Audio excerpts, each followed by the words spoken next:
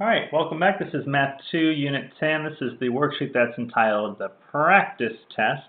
It is approximately 3 pages long. It's at the front and a back. And then one more page, about 25 questions there. I'm going to run through this together with you. So here we go.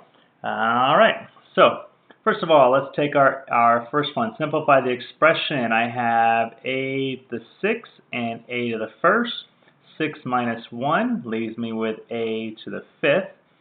Now in this case here, with this b to the negative 7 and b to the negative 5th, alright, when I have the negative things, it means technically I could flip the order over there, which means I could write it b to the 5th over b to the 7th to put them in the proper places.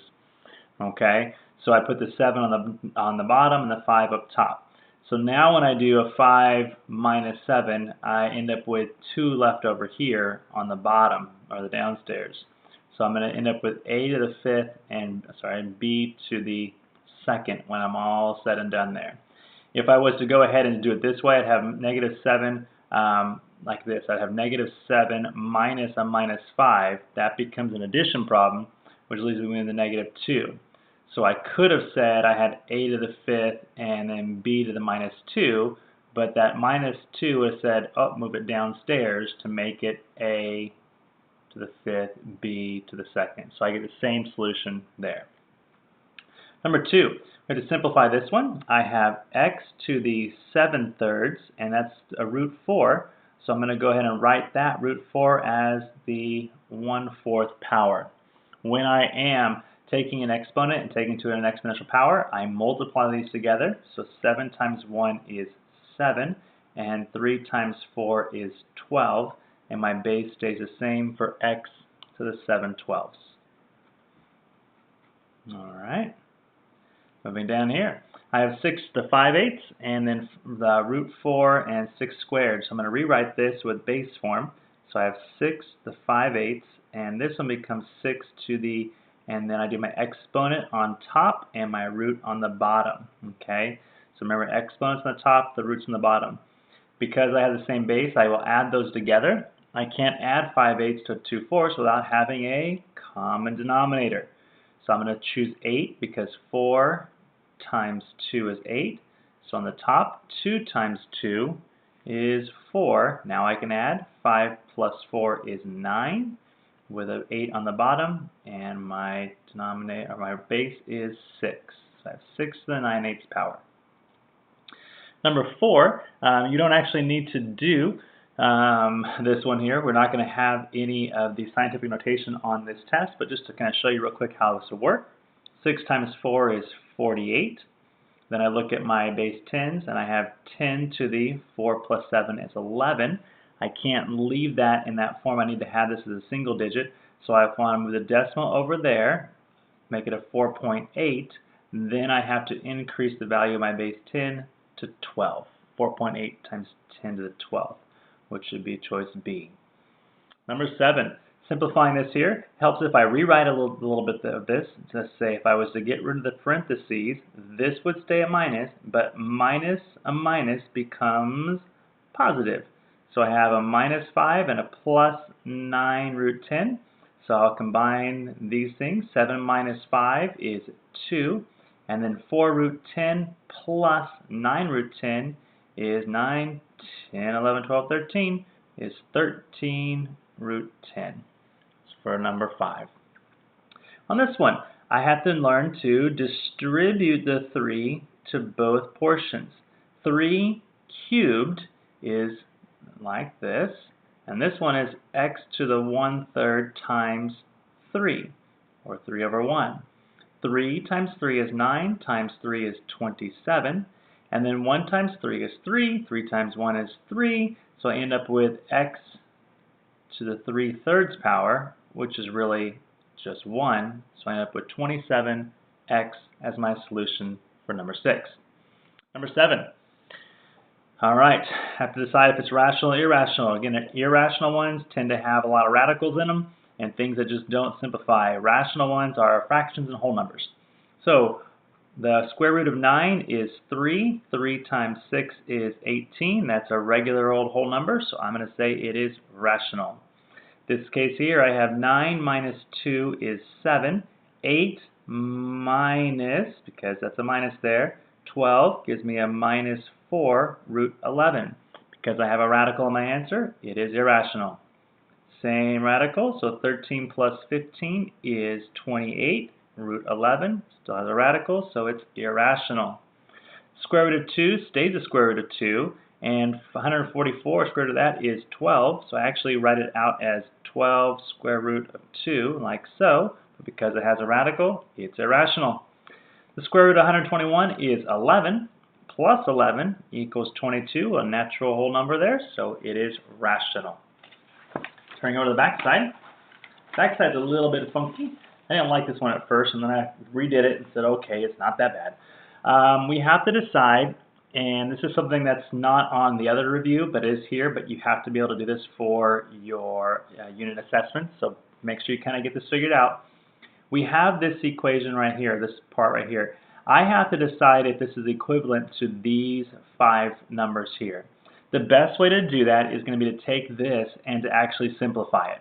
So let's simplify it together. We end up with 27 to the 2/3 times x, and we have the 5th there, to the 2/3. Alright, so this is my squared, that's my root. So let's rewrite this here. This becomes a cubed, 27 cubed squared times 5 times 2 is 10, and the denominator is a 3, so x to the 10⁻³ power. The cube root of 27. So that's what can I break 27 into to get the same number that what number will multiply by itself 3 times to get me 27? And that's going to be 3 times 3 times 3. 3 times 3 is 9, times 3 is 27. So the cube root of 27 is actually 3, but I have to then say what's 3 squared? 3 squared is 9. So the number I'm playing with right now is 9 and then x to the 10⁻³ power. That's a simplified form of that. Okay? I'm going to use that information now to determine which of these are equivalent. So when I look at the first one here, I have 9x and the cubed root of x. If I was to rewrite this, I could say that this is 9 times x to the first times x to the 1/3 power. To combine those x's together, if I made this a similar base, instead of 1 I wrote 3 over 3, that could become 9 to the 3 plus 1 is 4, x 9 times x to the 4/3 power. That does not match that, so the answer would be no. On the next one, I have 27 x to the 10⁻³. Just looking at it, there's no way I can get from, because this is x to the 10⁻³, that matches there. 27 cannot magically become a 9, so that's going to be a no.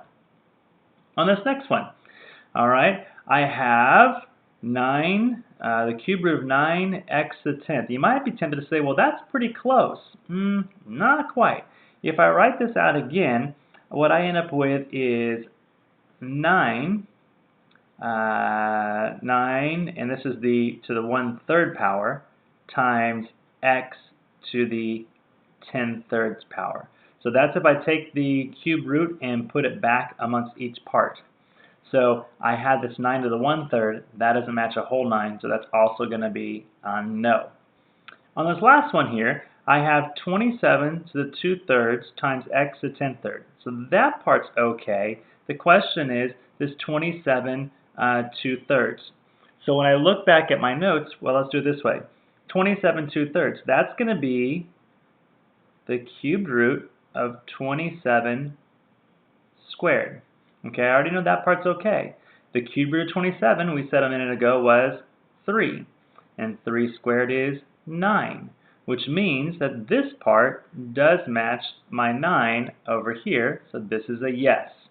And for whatever reason, that is exactly the same as that, so it's still a yes. I have no idea why it's twice, probably a typo of some sort. Alright, number 17. We have some more little problems here. We have 25 3 over 2, so to write this as an expression using positive exponents, this would become 25 And that is my root, square root, and the whole thing is cubed. The square root of 25 is 5.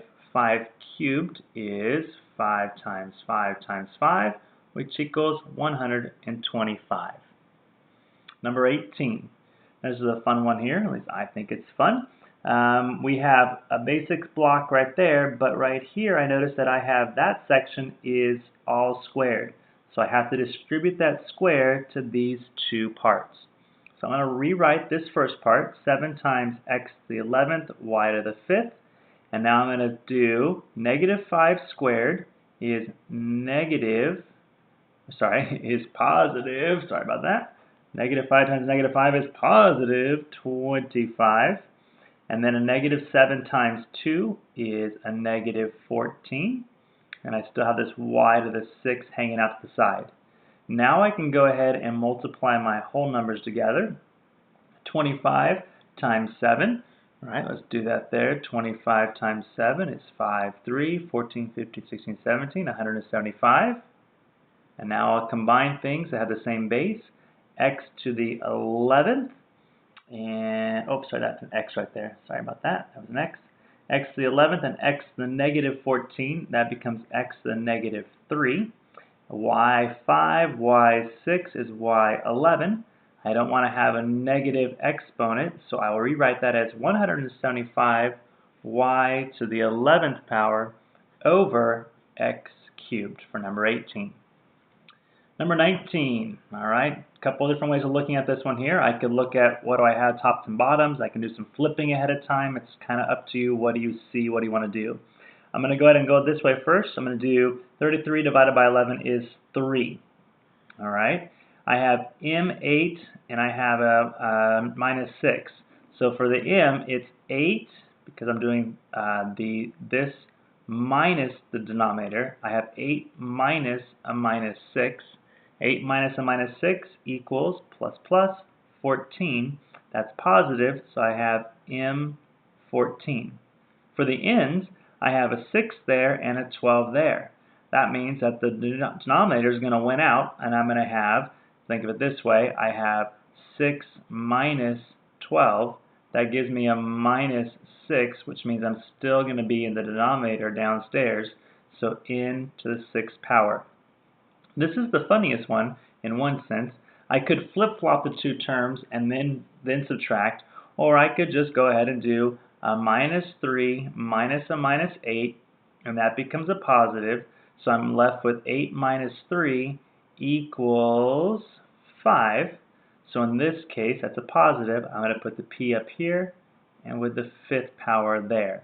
What I meant by flip-flop again is I could have rewritten as p to the 8th and p to the 3rd because it's a negative integer. It means it should have been up there, and that's a negative, should have been down there. And now it's a basic 8 minus 3, which equals 5, and that's how it ends up in that space. Number 20, same kind of idea. I have to distribute, though, this 5 to that one and this 5 to that one. Let's rewrite what we have. H to the negative 5th, k 7. H, 6 times 5 is 30, and then for the k, negative 3 times 5 is negative 15. Let's combine some things. Negative 5 plus 30 gives me h to the 25th power, and then for k, negative 15 plus 7 gives me a negative 8, but instead of writing negative 8 on top, I'll write it on the bottom as a positive 8. Number 21, simplify and write it in radical form. All right, to simplify this, I need a common denominator. So let's look at my 2/5 and my 3/4 in order to add them together. I'm going to select 20 as my common denominator. To get from 4 to 20, that's times 5. Do the same in the top. 3 times 5 is 15. To get from 5 to 20, it's times 4. So 2 times 4 is 8. Now I can add those. 8 plus 15 is 23 over 20. And I have 7 as my base. But I want to write that in radical form. Okay, so what that means is I'm going to have the 20, that's my root here, right? And here's my exponent. I'm going to have 20 and then 7 to the 23rd power is basically what that is.